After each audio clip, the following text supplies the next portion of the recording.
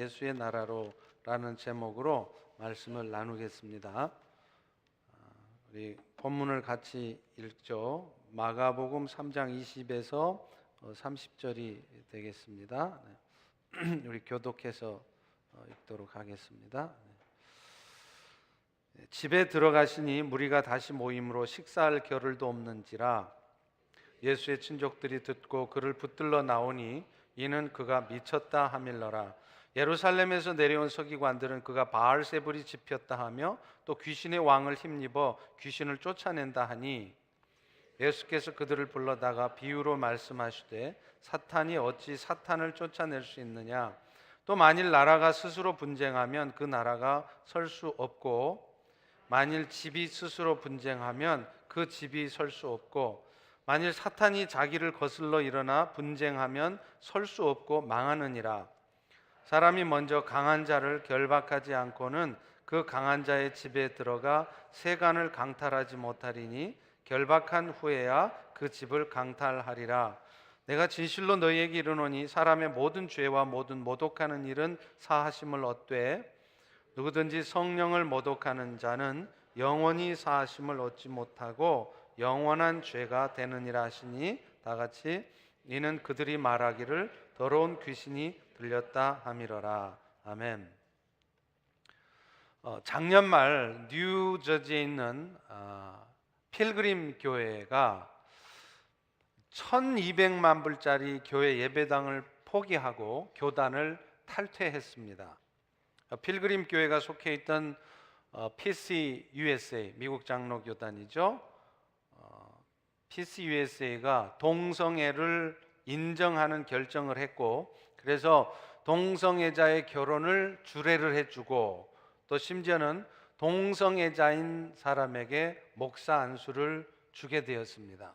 이것에 대해서 필그림 교회는 교인 97%의 찬성으로 교단 탈퇴를 결정을 했던 것입니다. 근데 문제는 그 교단 탈퇴를 하는 과정 속에서 교회가 예배당을 포함한 교회 재산을 다 내어놓고 나가야 되는 상황이 되었습니다. 결국 필그림 교회는 신앙을 지키기 위해서 1200만 불짜리 예배당을 포기했습니다. 사실 다른 많은 PCUSA 소속 한인 교회들도 동성애에 관한 교단의 정책을 찬성하는 건 아닙니다. 그러나 교단을 탈퇴하기 위해서는 많은 재산상의 손실을 감수해야 하기 때문에 이러지도 저러지도 못하는 그런 상황에 있는 것이죠. 주님이 다시 오시기 멀지 않은 이 마지막 때에 사탄은 이렇게 집요하게 예수님의 나라, 하나님의 나라가 세워져 가는 일을 방해합니다. 그리고 그 과정에서 우리는 신앙을 지키기 위해서 많은 희생과 아픔을 겪을 수밖에 없다는 것을 보여주는 사건이었습니다. 그러나 여러분, 그럼에도 불구하고 우리에게는 사탄과의 싸움에서 이미 승리하신 예수님이 계십니다. 그리고 그분을 붙들고 살아갈 때 우리는 그런 사탄의 역사 앞에서도 세상에 밀리지 않고 세상에 빠지지 않고 그 역사에 무릎 꿇지도 않고 승리하는 삶을 살 수 있는 것입니다. 오늘 본문도 그런 예수님의 사역을 우리에게 보여주고 있습니다. 오늘 본문은 예수님이 갈릴리 사역을 1차로 마치시고 이제 2차 갈릴리 사역을 하시는 말씀이에요. 마가복음 1장 14절부터 3장 19절까지가 1차 갈릴리 사역이고요. 오늘 본문에서부터 시작해서 마가복음 6장 6절까지가 2차 갈릴리 사역의 내용을 담고 있습니다. 오늘 본문은 예수님이 기거하시는 집에 사람들이 막 몰려들자 예수님의 친족들이 찾아와서 예수님을 끌어내려고 하는 것으로 시작이 됩니다. 본문 20절에 보면 예수님은 그야말로 식사할 틈도 없이 몰려드는 사람들을 치유하시고 또 그들을 가르치시느라고 정신이 없으셨어요. 우리 다 같이 20절을 다시 한번 읽습니다. 시작. 집에 들어가시니 무리가 다시 모임으로 식사할 겨를도 없는지라. 여기 예수님이 지금 머무는 집은 아마도 갈릴리 지역의 전도 본부 역할을 했을 베드로와 안드레의 집이었을 가능성이 많습니다. 그런데 이 집에 지금 예수님의 이적을 체험하고자 무리들이 수도 없이 몰려드는 거예요. 그리고 그 와중에 예수님과 제자들은 그 몰려드는 사람들 때문에 식사할 시간조차 갖지 못하신 것이었습니다. 아마 저 같으면 내가 많이 피곤합니다. 저 밥 먹어야 됩니다. 그러면서 몰려드는 사람들을 피하고 돌려보냈을 것 같습니다. 그런데 예수님은 그러지 않으셨어요. 마가는 이렇게 하나님 나라 확장을 위해서 봉사하시되 자신의 몸을 돌보지 않고 희생적으로 섬기는 종 예수를 묘사하고 있는 것입니다.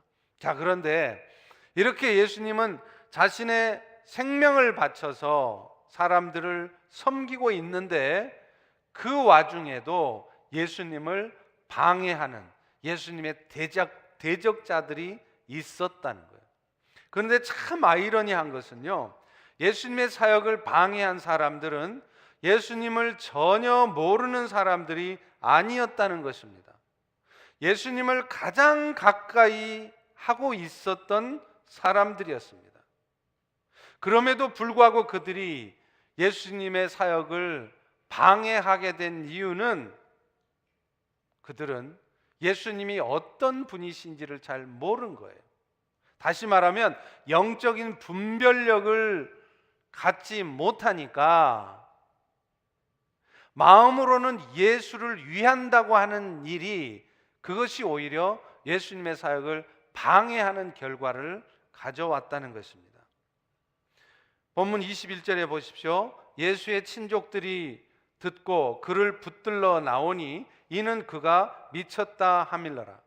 여러분, 여기서 말하는 친족이라고 하는 것은 전후 상황으로 볼 때 예수님의 모친과 예수님의 육신의 동생들인 것을 알 수 있습니다. 그런데 이 친족들이 지금 예수님이 미친 것으로 간주를 하고 그를 끌어내려고 했다는 것은 그만큼 예수님의 친족들이 지금 영적으로는 무지한 상태, 영적 분별력이 없는 상태였다는 것을 의미하는 것이죠. 심지어 예수님의 모친인 마리아는 어떻습니까? 마리아가 예수님을 낳을 즈음에 천사로부터 예수님이 어떤 분이신 것을 마리아는 분명히 들었습니다. 그럼에도 불구하고 마리아를 포함한 친족들이 예수님을 끌어내려고 했다는 것은 그들이 지금 영적 분별력을 잃어버린 상태라는 것을 말하는 것이죠. 사실 그들이 예수님을 끌어내려고 한 이유가 있어요. 그가 미쳤다 함이라. 이 말은 무슨 말이냐면 동네 사람들이, 세상 사람들이 예수를 다 미쳤다고 그러는 거예요. 그러니까 예수님의 어머니 입장에서, 예수님의 육신의 동생 입장에서는 내가 사랑하는 아들이, 내가 사랑하는 형님이 마을 사람들한테 미친놈 취급받는 것을 원치 않는 겁니다. 그러니까 결국 예수님을 끌어내려고 했던 마음 자체는 예수님을 위하려고 한 일이었어요. 그런데 예수님을 위한다고 우리 예수가 이 마을 사람들한테 모욕당하고 무시당하는 꼴내 보기 싫다고 그 예수를 끌어내려고 했던 이 일이 결국에는 어떤 결과가 있느냐면 예수님의 사역을 방해하는 결과를 가져왔다는 것이죠. 이것은 오늘날요, 우리 성도들도 나는 예수를 위한다고 하는 일이지만 그것이 자칫 예수를 진짜 위하는 것이 아니고 예수님의 사역을 방해하고 예수님을 대적하는 결과를 가져올 수 있다는 사실을 기억하셔야 됩니다. 바꿔 말하면 영적인 분별력을 가지고 항상 행동하셔야 된다는 거죠. 또 다른 사람들은요, 예수님의 행동을 귀신의 힘을 빌어서 사술적 행동을 하는 것이라고 매도를 했습니다. 바꿔 말하면 예수님이 지금 귀신을 쫓아내는 것은 귀신의 왕인 사탄의 힘을 빌어서 예수가 귀신을 쫓아낸다라고 그렇게 말을 하는 거예요. 그런데 이런 말을 하는 사람들이 또 누구냐 하면 예루살렘에서 온 서기관들이었습니다. 여러분, 서기관이 어떤 사람들이죠? 구약의 율법에 정통한 사람들이에요. 구약의 율법의 곳곳에 오실 메시아 예수에 대한 얘기가 수도 없이 많이 있습니다. 그런데 어떻게 구약의 율법을 정통하다고 하는 서기관들이 예수를 몰라보는 거예요. 그 이유가 뭘까요? 영적 분별력이 없다는 얘기입니다. 영적 분별력이 없으니까 메시아가 자기들 눈앞에 와 있어도 그걸 알아보지 못하고 그 예수를 비난하고 예수를 매도하고, 그래서 예수님의 사역을 방해하는 그런 결과를 가져왔다는 것이죠. 다 같이 22절을 읽겠습니다. 시작. 예루살렘에서 내려온 서기관들은 그가 바알세불이 집혔다 하며 또 귀신의 왕을 힘입어 귀신을 쫓아낸다 하니, 여기서 바알세불이라는 것은 하늘의 주인이라는 뜻이에요. 블레셋의 신입니다. 그런데 이 블레셋의 신인 바알세불이 신약에 오면 귀신들의 우두머리인 사탄을 가리키는 것으로 됩니다. 결국 예수님이 귀신을 쫓아낸 것은 그가 사탄의 권능을 힘입어서 한 것이라고 말을 하는 것이죠. 사랑하는 성도 여러분, 오늘날 예수님이 다시 오셔서 이 세상을 심판하실 날이 가까워진 이때도 이런 사탄의 공격은 집요하게 있습니다. 아니, 점점 더 강해지실 것입니다. 그래서 마지막 때가 되면 사람들의 마음은 점점 강팍해지고, 그 강팍해진 사람들의 마음을 이용해서 사탄은 결국은 하나님의 나라가 세워져 가는 것을 방해하는 것이에요. 마태복음 24장 9절과 10절에서도 마지막 때가 되면 이런 일이 있을 것을 이미 2000년 전에 예언을 해놨습니다. 그때 사람들이 너희를 환난에 넘겨줄 것이고 너희를 죽일 것이다. 너희가 내 이름 때문에 모든 사람들에게 미움을 받고, 그때 사람들이 서로 실족하며 그래서 서로 잡아 죽이고 서로 미워하게 될 것이다. 이렇게 2000년 전에 이미 지금 오늘날 이 시대를 예언하고 있다는 겁니다. 사탄은 마지막 때가 되면 더 극렬하게 활동하게 될 겁니다. 그래서 사탄은 틈만 나면요, 사람들의 마음을 미혹해서 세상의 재미에 빠져들게 만들어요. 드라마에 빠지게 만들고 세상 즐거움과 쾌락에 빠지게 만드는 겁니다. 사탄은 틈만 나면 사람들의 마음을 움직여서 그리스도 예수의 역사가 일어나지 못하도록 방해를 해요. 그리고 그럴 때 사탄이 잘 쓰는 방법이 뭐냐?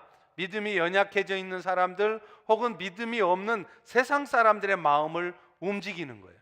그래서 그들의 입술을 통해, 그들의 행동을 통해서 결국에는 하나님의 나라를 힘차게 이루어 가려고 하는 사람들을 핍박하게 만듭니다. 고통스럽게 만들어요. 그래서 뭐 하자는 거냐?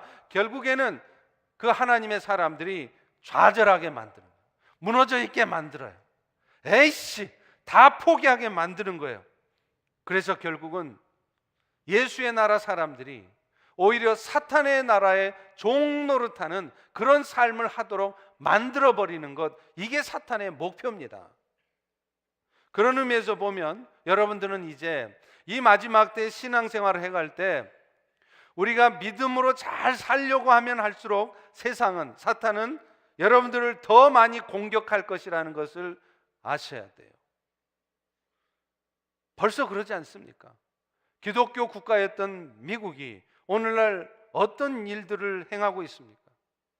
이제 우리는 동성애 문제 때문에 그 필그림 교회처럼 어쩌면 1200만 불이 아니라 우리의 생명을 내어놓아야 되는 영적 싸움을 해야 할 수도 있습니다. 이 강단에서도 진리의 말씀을 제대로 선포하려면 감옥에 갈 것을 각오하고 말씀을 전해야 될 때가 이제 곧 온다는 겁니다. 가정에서도 마찬가지입니다. 직장에서도 마찬가지입니다.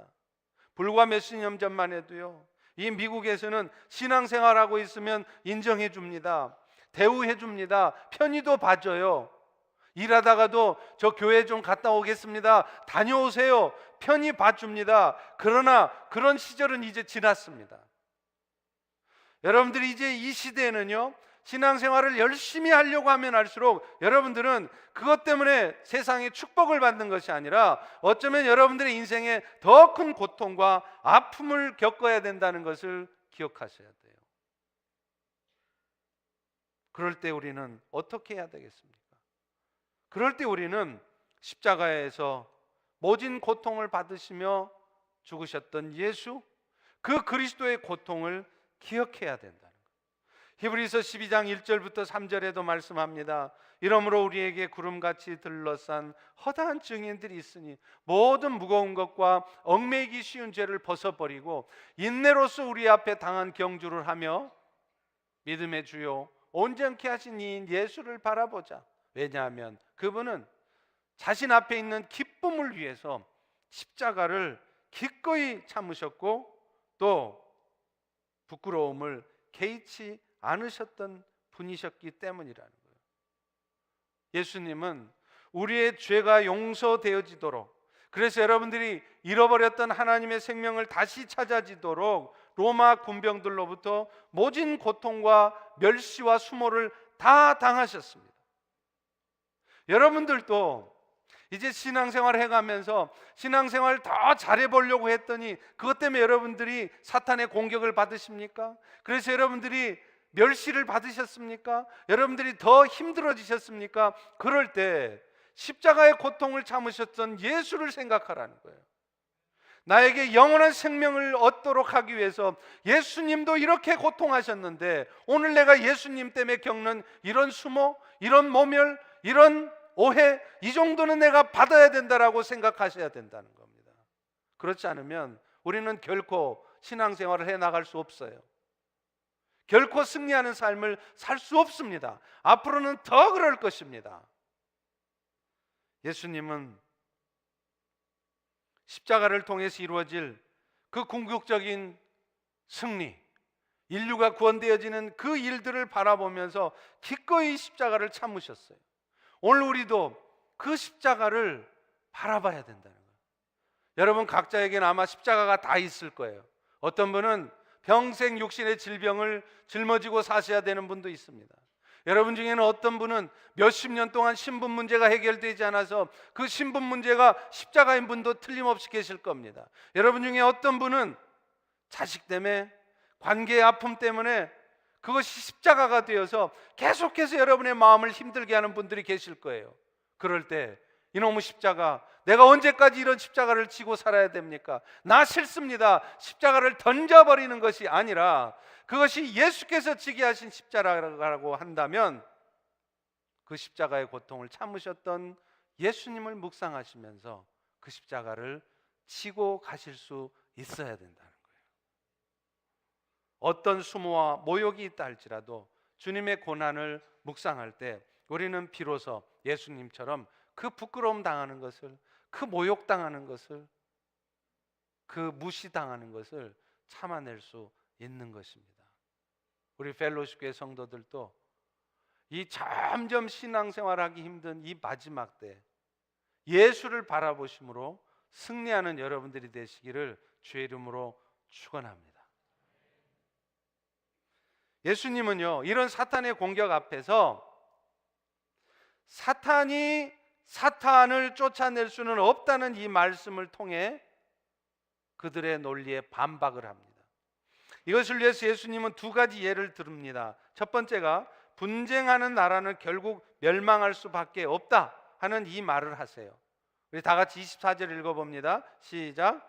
또 만일 나라가 스스로 분쟁하면 그 나라가 설 수 없고, 예수님의 이 나라에 대한 비유는요 정말 적절한 것이, 그 당시 사람들은 한 나라가 분쟁하게 되면 반드시 그 나라는 망한다는 것, 그리고 그 망하게 되었을 때 그 나라에 속한 백성들은 엄청난 고통을 당한다는 것을 분명히 알고 있었어요. 경험했기 때문이에요. 왜 그러냐면 당시에 팔레스틴은요, 여러분이 아시다시피 헤롯 왕이 있죠. 이 헤롯 왕이 지배를 하고 있었습니다. 그런데 이 헤롯 왕은 이두메 왕조 사람이었어요. 그런데 이 이두메 왕조 헤롯 왕이 예수님 당시에 유대 땅을 지배하기 전에 불과 얼마 전까지만 해도 그 땅은 유대 정통파였던 하스몬 왕가가 통치를 하고 있었던 땅입니다. 이 하스몬 왕가라고 하는 것은 이 마카비 반란을 주도했던 히르카누스에 의해서 세워진 왕가였어요. 이 하스몬 왕가는 그 이후에 계속 힘을 키워갑니다. 그래서 여왕이었던 알렉산드라 때는 절정에 이르러요. 그래서 엄청나게 힘을 많이 갖습니다. 돈도 많고요. 그런데 그렇게 강성했던 알렉산드라의 하스몬 왕가가 하루아침에 무너져 버려요. 그 이유가 뭐였는 줄 아세요? 바로 알렉산드라의 두 아들 히르카누스 2세하고 아리스토블루스 2세가 치열하게 분쟁을 했기 때문에, 같이 피를 나눈 형제였으면서도 분쟁을 하는 거예요. 거기에 사두개파, 바리새파, 이 종교 세력들이 결합이 되면서 이 분쟁 때문에 결국 그렇게 강성했던 하스몬 왕가는 하루아침에 무너집니다. 그 틈을 타서 누가 들어왔냐? 바로 이두메 왕가가 세워진 거예요. 그런데 이 이두메 왕가는요, 원래 에돔 지역 사람들이었습니다. 바꿔 말하면 정통 유대 출신 사람들이 아니라는 거예요. 이방 왕조입니다. 그러다 보니까 이 이방 왕조였던 이 이두메 왕가 사람들은 그 유대 사람들을 핍박을 해요. 로마 제국 사람들이 유대를 다스릴 때 핍박했던 것은 유도 아니에요. 훨씬 더 강하게, 훨씬 더 못 살게 굴었던 것이 바로 헤롯 왕 이두메 왕가 사람들이었어요. 그러니 그 땅 유대 사람들은 철저히 기억하는 겁니다. 나라가 분쟁하면 망하는 것이고, 나라가 망하면 결국은 우리 백성들이 엄청난 고통을 받는다는 것을 분명히 알고 있었어요. 그러니까 예수님의 그 말을 금방 알아듣는 겁니다. 예수님은 이어서 좀 더 구체적이고 실감나는 설명을 해요. 다 같이 25절을 읽습니다. 시작. 만일 집이 스스로 분쟁하면 그 집이 설 수 없고, 여기서 말하는 집이라는 것은 헬라어로 하면 여러분이 너무나 잘 아시는 단어예요. 뭘까요? 오이코스. 이 오이코스라는 것은 혈연적인 가족 구성원들의 집합체인데, 만약에 이 오이코스인 집안에 분쟁이 생기면 어떤 일이 벌어지느냐? 다 망한다는 거예요. 다 망해요. 집이라고 하는 것은 어떤 면에서는요, 나라보다 훨씬 결속력이 강하잖아요. 동질감도 많잖아요. 그러다 보니까 만약에 집안에 분쟁이 생기면 그 파급 효과가, 부정적 효과가 훨씬 더 강력하다는 겁니다. 여러분, 나라가 망하면요, 그냥 흩어지면 돼요. 그런데 집안에서 분쟁이 일어나가지고 집안이 망하잖아요. 그러면 그것 때문에 그 집안에 속해 있던 모든 사람들이 평생을 고통합니다. 아버지도, 엄마도, 아들도, 딸도, 자식도. 그 가정이 파괴되어진 것 때문에 평생을 가슴에 아픔을 안고 살아간다는 거예요. 그러니 이 예수님의 말을 그 당시 사람들은 금방 알아듣는 거예요. 결국 어떤 공동체도 그 자체 내에 분쟁이 일어나면 그것은 결국은 멸망을 가져올 뿐이고, 그 멸망이 얼마나 사람들을 고통스럽게 하는지를 다 알고 있었습니다. 예수님은 바로 이 비유를 통해서 말씀하시는 거예요. 그런데 사탄의 나라도 똑같다. 그런데 사탄의 나라의 우두머리인 사탄이 어떻게 자기 졸개들인 귀신들을 쫓아내겠느냐 이 말이에요. 그것은 마치 한 나라에 분쟁이 있어서 나라 망하는 것과 같다는 것이죠. 그래서 예수님은 자기가 귀신을 쫓아내는 이 일은 사탄의 힘을 빌어서 사탄을, 귀신들을 쫓아내는 것이 아니라고 말씀하는 거예요. 26절의 말씀입니다. 만일 사탄이 자기를 거슬러 일어나 분쟁하면 설 수 없고 망하느니라. 오히려 예수님은요, 사탄의 대적자이시고 사탄의 머리를 부활을 통해 짓이겨 놓으신 승리하신 예수라는 것을 말씀하시려는 겁니다. 사랑하는 성도님, 성도 여러분, 예수님은요, 사탄의 종이 되어서 고통당하고 있는 인생들을 구원하시기 위해서 이 땅에 오셨습니다. 그리고 그 일을 위해 십자가에 죽으셨고 죽음을 딛고 일어서셔서 부활하셨습니다. 그리고 그 결과 그 예수님을 의지하고 그분의 이름에 의지하고 살아갈 때 우리는 비로소 어떤 사탄의 역사 앞에서도 굴하지 않고 승리하며 살 수 있다는 것입니다. 예수님은 지금 이것을 오늘 본문 27절의 말씀을 통해서 설명을 해요. 27절의 말씀이 이 본문의 흐름으로 볼 때 다소 뜬금없는 황당한 말씀 같은데 이 말을 하신 이유가 있어요. 예수님이 사탄을 결박해서 그 사탄의 휘악 가운데 고통하고 있는 사람들을 건져내려고 오셨다는 얘기를 이 말씀을 통해 하시는 겁니다. 27절을 다 같이 한번 읽어보겠습니다. 시작. 사람이 먼저 강한 자를 결박하지 않고는 그 강한 자의 집에 들어가 세간을 강탈하지 못하리니 결박한 후에야 그 집을 강탈하리라. 여기서 강한 자라는 것은 막강한 힘을 소유한 약탈자죠. 바꿔 말하면 지금 사탄을 얘기해요. 그리고 세간이라고 하는 것은 사탄과 마귀의 휘하에서 고통과 피해를 입고 있는 존재들을 의미하는 것입니다. 따라서 지금 예수님이 이 말씀을 하신 이유는 뭐냐? 예수님이 이 땅에 오신 이유는 그 강한 자를 결박해서 그 사탄을 결박해서 지금도 그 사탄의 휘하에서 고통받고 피해받고 그 고통하면서도 자신들의 고통이 어디로부터 오는지조차 모르면서 고통하는 그들을 건져내시려고 왔다는 것을 말씀하시는 겁니다. 오늘도 사탄은요, 자신의 나라를 확장하기 위해서 애를 쓰고 있어요. 사탄은 할 수만 있다면 믿는 자들도 유혹합니다. 여러분 그거 아세요? 사탄의 공격 목표는 믿지 않는 세상의 사람들 아니에요. 그 사람들은 가만히 놔둬도 스스로 무너져요. 그런데 사탄의 공격 목표는 믿는 사람들이에요. 믿음의 틈을 보일 때 사탄은 유혹합니다. 사탄은 공격합니다. 그래서 그들이 포기하고 절망하게 만들려고 하는 거예요. 그래서 마치 사탄의 나라 백성들처럼 살아가게 만들려고 하는 것입니다. 물론 그런 일을 당하는 사람일지라도 그가 정말 그리스도의 은혜를 입은 자라면 그가 끝까지 그렇게 사탄의 역사 아래에는 있을 수 없어요. 왜 그런 줄 아세요? 우리 예수님은 하나님께서 주신 영혼을 단 한 영혼이라도 놓치지 않는 분이라고 분명히 말씀하셨기 때문에 그래요. 그러나 기억하십시오. 아무리 그리스도의 은혜로 구원을 얻은 성도라 할지라도 오늘 여러분들이 하나님의 자녀가 되어서 예수의 나라에서 사는 예수의 백성이 되었다 할지라도 일시적으로는 여러분도 사탄의 공격을 받을 수 있고 또 심지어는 여러분들 모르는 사이에 여러분 자신도 모르는 사이에 여러분이 사탄의 종노릇하며 살 수 있다는 것을 기억하셔야 돼요. 나는 죄 안 짓는다, 나는 지금 사탄의 종이 아니다 라고 말하는데 여러분이 하는 말 때문에 여러분이 하는 행동 때문에 여러분도 모르는 사이에 여러분이 사탄의 종노릇을 해서 하나님의 나라가 세워져 가는 것을 방해하는 결과를 가져올 수 있다는 거예요. 그래서 자신도 사탄의 역사에 휘말려서 고통스러울 뿐만 아니라 그 사람 때문에 주변의 사람들도 함께 고통스럽게 만드는 것입니다. 사탄은 이 일을 위해서 우리를 끊임없이 유혹해요.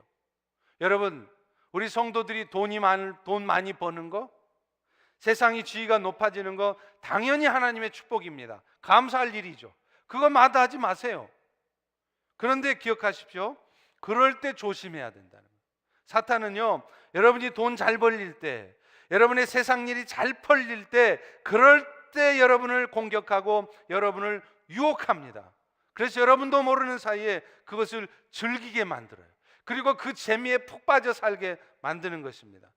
그렇지만 그 결국은 뭐냐? 고통이라는 거예요. 여러분의 삶에 고통스러운 일이 오게 돼요. 그리고 그것 때문에 여러분은 마음 편하고 세상을 즐기는 것이 아니라 어둠과 염려와 두려움 가운데 빠지게 돼 있습니다. 그게 사탄의 최종 목표이기 때문에 그래요. 사탄의 나라는 그곳에는 항상 두려움이 있습니다. 사탄의 나라에는요, 염려가 있어요. 분노와 원망이 있습니다. 미움이 있는 곳이 바로 사탄의 나라예요. 그래서 디모데후서 1장 7절에도 이렇게 말해요. 하나님이 우리에게 주신 마음은 두려워하는 마음이 아니라, 여러분이 지금 어떤 이유에서건 여러분 심정에 지금 두려운 마음이 있습니까? 지금 여러분은 사탄의 나라 백성처럼 살아가는 거예요. 나는 아니라고, 여러분 아니라고 아무리 부정해도 지금 여러분은 사탄의 종노릇하고 계신 것입니다. 왜냐하면 성령은 우리에게 결코 두려움을 주시지 않아요. 성령은 우리에게 어떤 사탄의 역사도 이겨낼 수 있는 능력을 주시는 분이고, 성령은 우리에게 어떤 연약한 지체도 사랑할 수 있는 마음을 주시는 분이고, 성령은 우리에게 어떤 사탄의 유혹 앞에서도 스스로를 절제할 수 있는 절제 영이시기 때문에 그렇다는 거예요. 그렇기 때문에 오늘 지금 이 순간 이 말씀을 듣는 여러분들이 마음에 두려움이 있으십니까? 여러분은 지금 사탄의 종노릇하고 계신 거예요. 여러분 마음속에 어떤 이유에서건, 그것이 어떤 합리적인 이유에서건 염려가 있으시고 여러분 마음속에 뭔가 알 수 없는 미움과 원망이 있습니까? 지금 죄송하지만 여러분은 사탄의 종노릇하고 있는 거예요. 예수 그리스도는 이런 어두움으로부터 우리를 건져내서 우리를 빛의 나라로 이끄신 분이십니다. 그렇기 때문에 예수 그리스도를 바라볼 때 그리스도 안에서 살아가면 우리의 삶에는 기쁨이 있게 돼 있습니다. 할렐루야. 감사가 있게 돼 있습니다. 할렐루야. 평강이 있게 돼 있습니다. 우리 그리스도인들의 삶은 한마디로 말하면 기쁨과 감사와 평강과 소망의 삶이에요. 그런데 그럼에도 불구하고 오늘날 우리 그리스도인들의 삶이 세상 사람들과 별반 차이가 없는 그런 삶을 살고 있다면 거기에는 이유가 있습니다. 십자가에서 죽으신 예수만은 알고, 그래서 그 예수님 때문에 죽어 천국은 갈지 몰라도 정작 이 땅에 사는 동안 왕으로 좌정하신 예수, 그래서 지금 이 순간에도 우리의 삶을 한치의 오차도 없이 이끌어 가시는 그 예수를 놓치고 있기 때문에, 바꿔 말하면 예수님의 제사장적인 사역만 알지 왕이신 예수, 왕으로 오신 예수를 모르는 겁니다. 예수님은 죽음을 이기시고 부활하심으로 말미암아 죄와 사망의 주관자인 사탄을 이미 이기셨습니다. 할렐루야. 이미 이기셨어요. 이미 이기셨어요. 여러분은 부활을 어떻게 이해하세요? 많은 성도들은요, 부활 얘기를 하면 어떤 생각을 하냐면, 예수님이 부활하셨다, 그러므로 예수를 믿는 나도 부활할 것이다, 죽은 다음에도 나는 다시 부활해서 천국 갈 것이다, 예수님의 부활을 이 정도로 이해하는 거예요. 그거 맞는 말이에요. 그런데 예수님의 부활의 진정한 의미가 뭔지 아십니까? 그거 아닙니다. 예수님 때문에 우리도 죽음을 딛고 부활할 것이라는 걸 말하는 게 아니에요. 예수님의 부활의 진정한 의미는 죽음을 가지고 장난치는 사탄을 예수님이 이기셨다는 거예요. 그 예수를 붙들 때 여러분들은 사탄이 여러분 인생에 어떤 장난을 쳐도, 여러분 인생에 어떤 고통스러운 일을 벌여놓아도 그 승리하신 예수를 붙들면 여러분은 마음이 어두워지지 않을 수 있어요. 기쁨을 잃지 않을 수 있습니다. 평강을 누릴 수 있습니다. 감사의 말이 나옵니다. 소망을 잃지 않습니다. 그게 왕이신 예수예요. 그런데 우리는 그 왕이신 예수를 몰라요. 그냥 십자가에 죽으신 예수, 그래서 그 예수 때문에 내 죄는 용서되어졌다, 나는 죽은 다음에 천국 간다, 이렇게만 알지, 이 세상에 살아가면서도 오늘 여러분의 인생에 어떤 어둠의 일이, 어떤 고통이 와도 그 어떤 사탄의 역사도 결코 나를 무너뜨릴 수 없다는 것을 믿지 못하는 거예요. 그러니 세상 사람하고 똑같이 인생에 어둠이 오고 어려운 일이 생기고 관계에 아픔이 오면 똑같이 화내고 똑같이 염려하고 똑같이 불평하고 똑같이 두려워하는 것입니다. 제사장이신 예수만 알지 왕이신 예수를 모르기 때문이에요.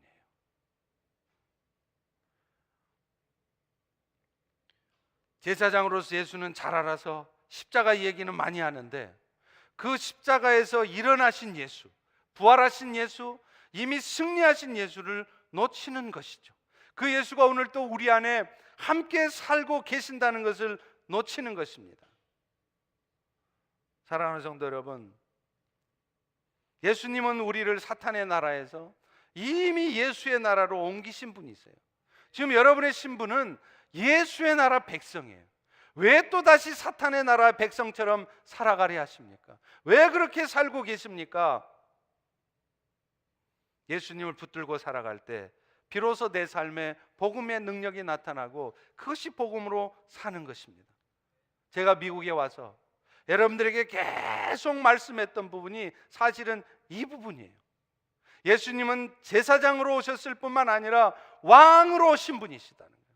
그래서 그 왕이신 예수를 붙들 때 오늘 우리가 어떻게 살아갈 수 있는가를 말씀드린 것입니다.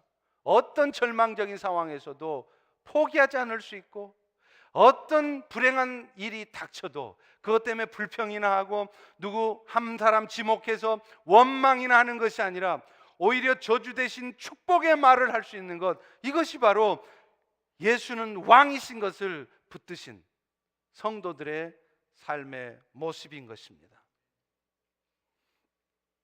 그런데 반대로 예수는 믿어서 천국은 가도 오늘 여러분의 삶에 여전히 감사가 없다면, 지금 내 삶의 평강이 누려지지 않고 있다면, 여러분의 마음속에 불평과 원망하는 마음, 뭔가 말할 수 없는 분노만 가득 차 있다면 지금 여러분은 왕이신 예수를 놓치고 있는 것입니다.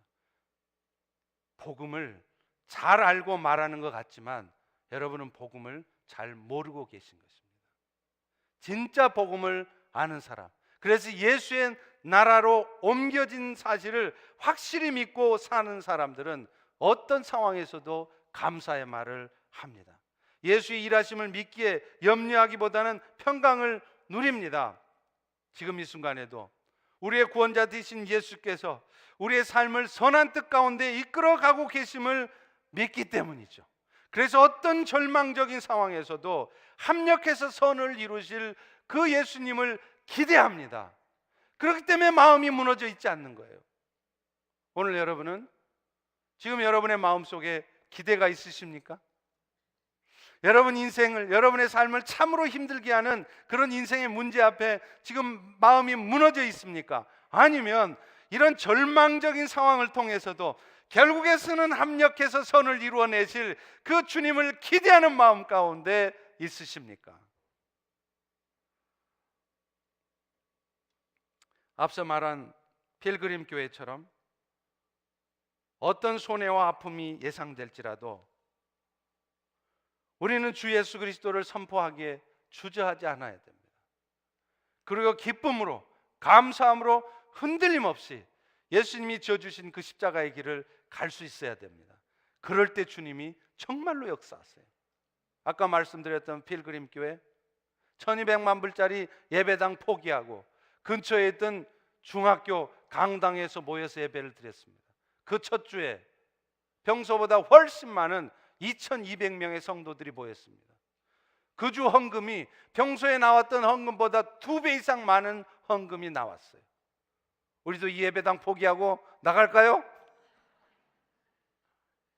그걸 목표로 우리가 하는 건 아니잖아요. 그런데 그게 뭘 우리에게 말해주는 겁니까? 왕이신 예수를 붙들 때 우리는 기꺼이 희생할 수 있고, 기꺼이 모욕당해 줄 수 있고, 기꺼이 아픔을 감수할 수 있습니다. 그러나 그것이 끝이 아닙니다. 그 끝에는 놀라운 주님의 역사가 우리에게 나타난다는 것입니다. 여러분, 이것이 바로 왕이신 예수를, 복음을 진짜 알고 사는 사람들의 모습인 것입니다. 이어서 예수님은요, 그런 일들을 하기 위해서도 우리가 늘 성령의 역사를 기대하고 또 성령을 거부하지 않아야 된다는 것을 말씀하세요.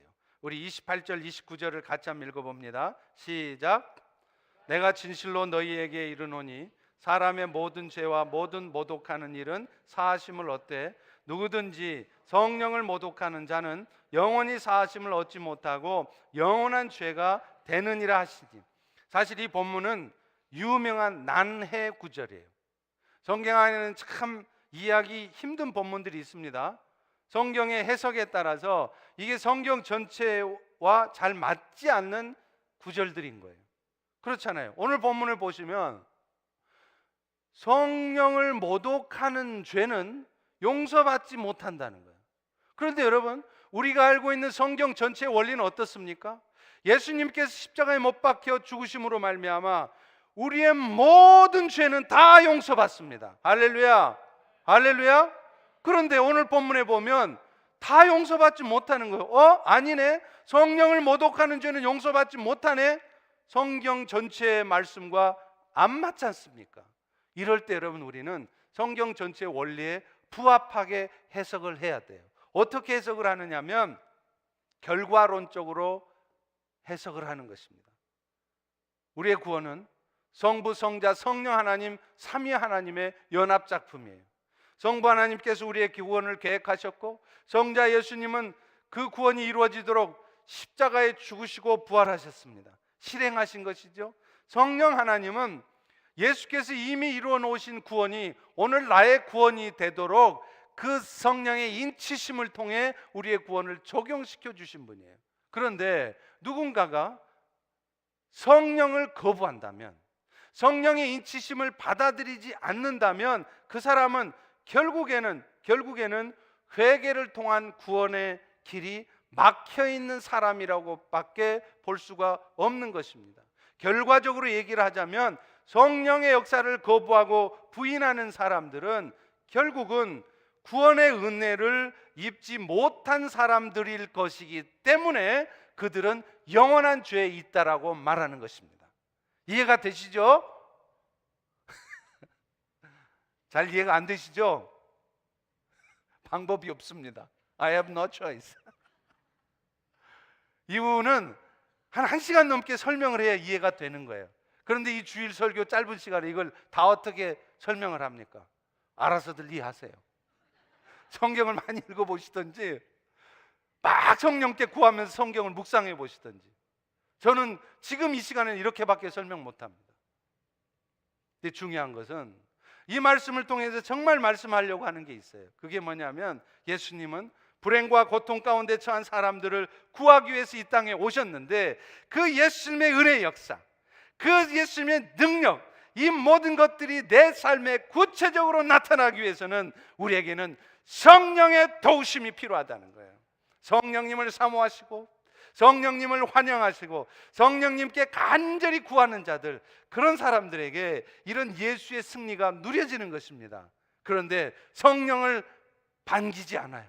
성령을 기대하지 않아요. 성령께 간절히 구하지도 않아요. 뭐 될 대로 되라, 뭐 되겠지 뭐, 이런 식으로 신앙생활 하는 사람들은 그의 삶에 성령의 역사가 안 나타나요. 예수의 승리가 주어지지 않습니다. 오늘 여러분은 성령을 기대하십니까? 성령님을 사모하십니까? 그래서 성령의 도우심을 간절히 구하십니까? 그럴 때 여러분 인생에도 놀라운 승리의 역사가 나타나는 거예요.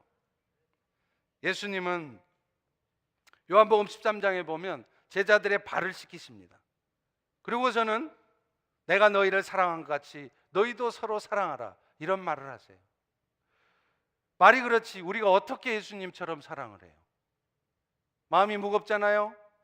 그런 제자들 향해서 예수님이 14장 1절에 이렇게 말해요. 너희는 마음에 근심하지 말라.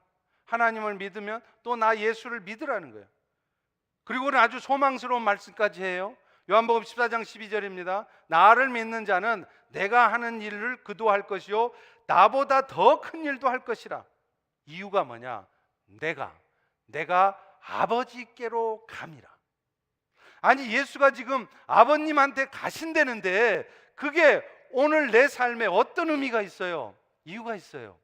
예수가 가시고 예수님은 아버지와 성자 예수님을 대신해서 성령을 보내신다는 거예요.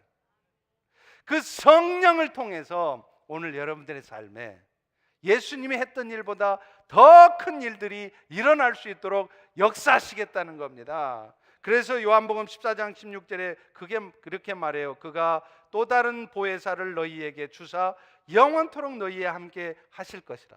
여기 또 다른 보혜사 할 때 또 다른이라는 단어가 헬라어에는 두 개예요. 헤테로스, 알로스라는 두 단어인데, 헤테로스는 본질이 다르면서 다른 거, 알로스는 본질은 같으면서 다른 거예요. 그런데 이 또 다른 할 때 이 다른은 헤테로스를 쓰지 않고 알로스를 쓰고 있습니다.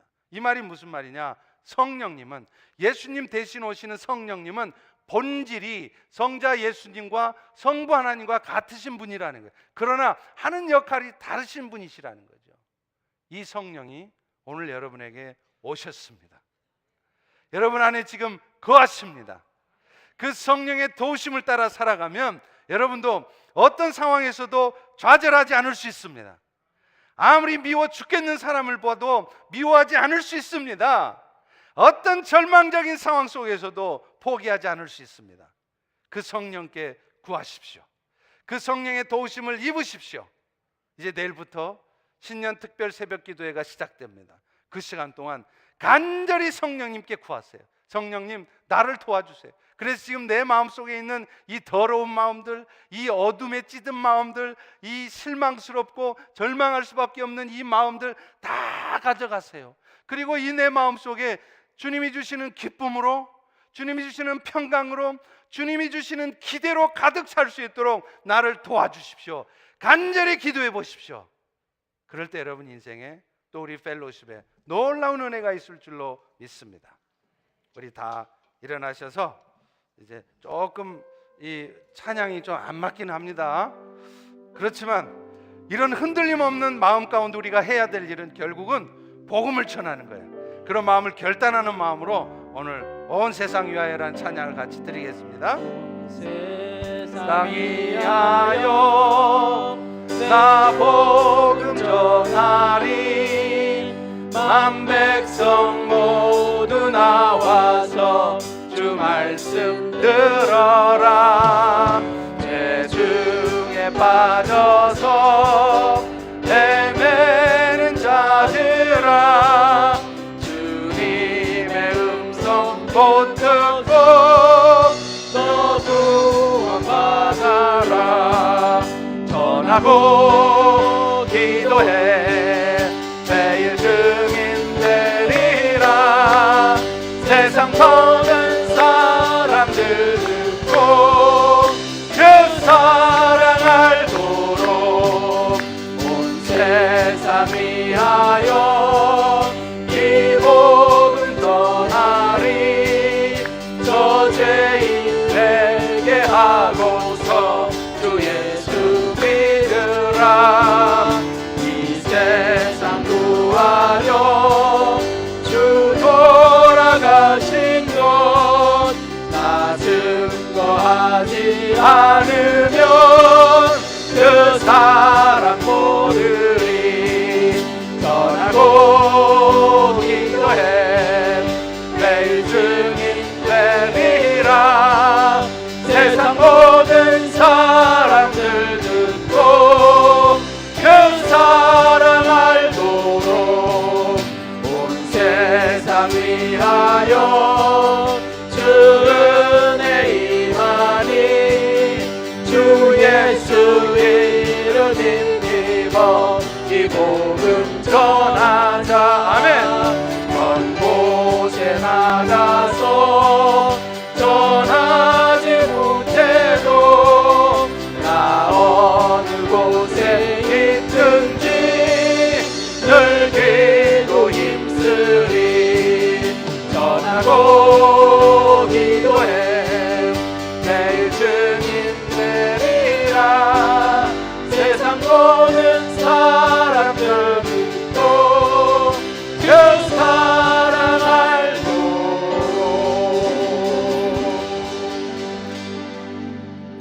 이 시간에 우리 한번 기도하겠습니다. 여러분은 지금 예수의 나라에 사십니까? 아니면 사탄의 나라에 사십니까?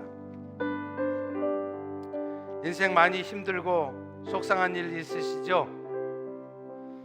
예수님의 십자가의 고난을, 고통을 묵상하십시오. 그러나 또한 기억하십시오.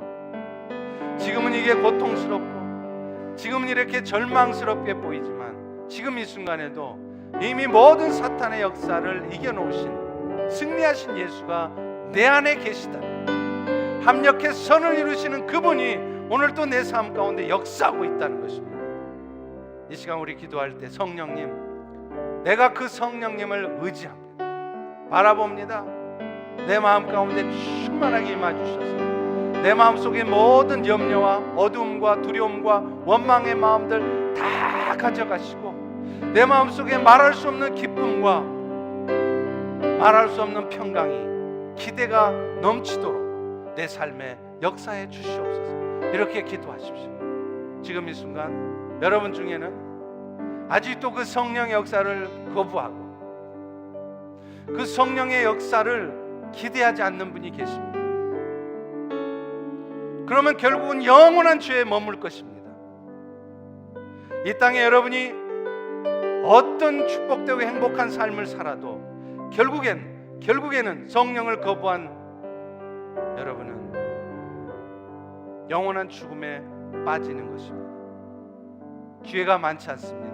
지금 이 순간 그 예수가 잘 믿어지지 않으시거든 성령님께 여러분의 마음을 드려보세요.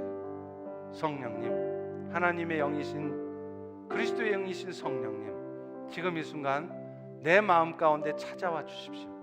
내가 성령님을 환영합니다. 그래서 내 마음도 십자가의 예수, 부활하신 예수가 믿어지게 도와주시고 그래서 내 삶에도 놀라운 구원의 역사가 있게 도와주시옵소서. 그렇게 성령님께 구하십시오. 우리 다 같이 통성으로 기도하겠습니다.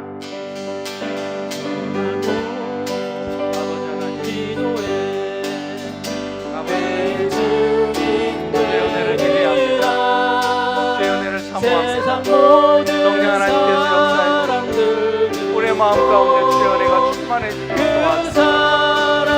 오 성령 하나님, 이 시간 우리의 마음에 찾아와 주시고 충만하게 임하여 주셔서 모든 성령의 역사를 거절하고 거부하는 사탄의 역사를 무찔러 주시고 내 마음속의 모든 어두움과 두려움과 원망과 미움들을 불신들을 다 가져가 주시고 오직 주의 사랑으로 주님의 은혜로 충만하게 채워주시옵소서. 아버지 하나님, 이 시간 이 자리에 있는 주의 백성들 가운데 성령의 역사를 거부하는 자가 없게 도와주시고 성령 하나님의 역사하심을 환영하고 받아들일 수 있도록 도와주시옵소서. 그래서 성령께 저들의 마음을 만져주실 때 십자가에 죽으시는 예수가 믿어지게 도와주시옵소서. 그래서 저들이 그 영원한 죄 가운데 그 영원한 형벌 가운데 있지 않도록 긍휼을 베풀어 주시옵소서. 오 성령 하나님, 이 시간 역사에 주신 것을 믿고 감사를 드립니다.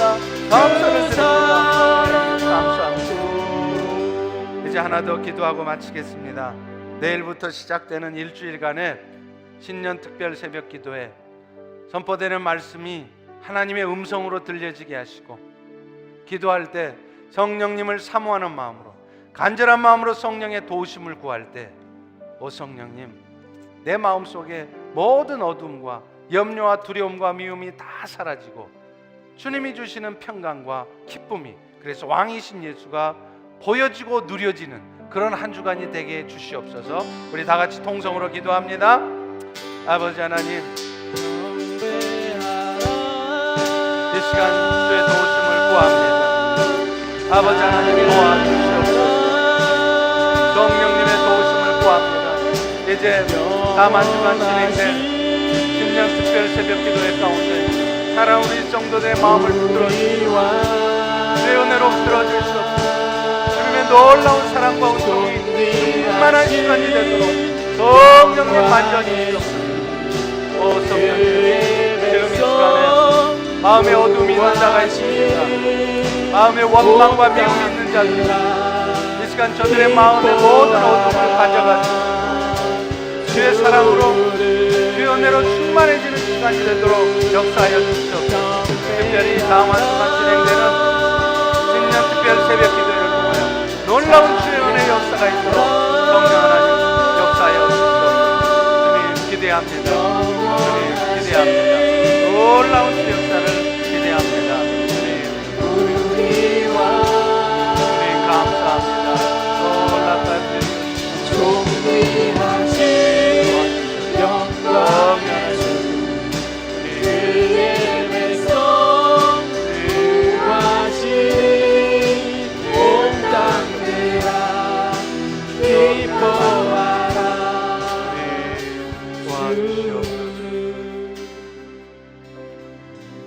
성령님, 이 시간 우리 가운데는 마음에 어둠이 있는 자가 있습니다. 이 시간 그의 마음에 찾아가 주셔서 그의 마음속에 모든 어둠을 거두어가 주시옵소서. 염려와 근심과 두려움에 사로잡혀 있는 자들에게 찾아가 주셔서 평강의 예수, 왕이신 예수를 나타내 보여 주시옵소서. 이제 다음 한 주간 신년 특별 새벽 기도회 가운데 우리가 함께 예수의 이름으로 기도할 때 무엇보다도 성령 하나님의 역사하심이 있기를 원합니다. 그것을 위해서 사랑하는 우리 펠로우십의 성도들의 마음이 성령님을 환영하게 도와주시고 기대하게 도와주시고 간절한 마음으로 구하게 도와주시옵소서. 특별히 이 자리 가운데는 그 성령의 역사하심을 거부하고 또 마음을 열지 않는 지체도 있습니다. 이 시간 사랑하는 그 영혼 가운데 찾아가 주셔서 이제 마음을 열고 성령 하나님을 받아들이고, 그래서 그 성령 하나님의 역사하심을 따라 그 영혼이 구원받고 영원한 죄에 머물지 않게 은혜 베풀어 주시옵소서. 주님이, 성령님이 이루실 일을 기대합니다. 지금은 우리 주님 예수 그리스도의 은혜와 하나님 아버지의 영원하신 사랑하심과 성령님의 찾아가 주시며 교통해 주시며 충만케 해주시는 역사가 사랑하는 펠로십의 모든 성도들 위해 영원토록 함께 하시기를 축원하옵나이다. 아멘.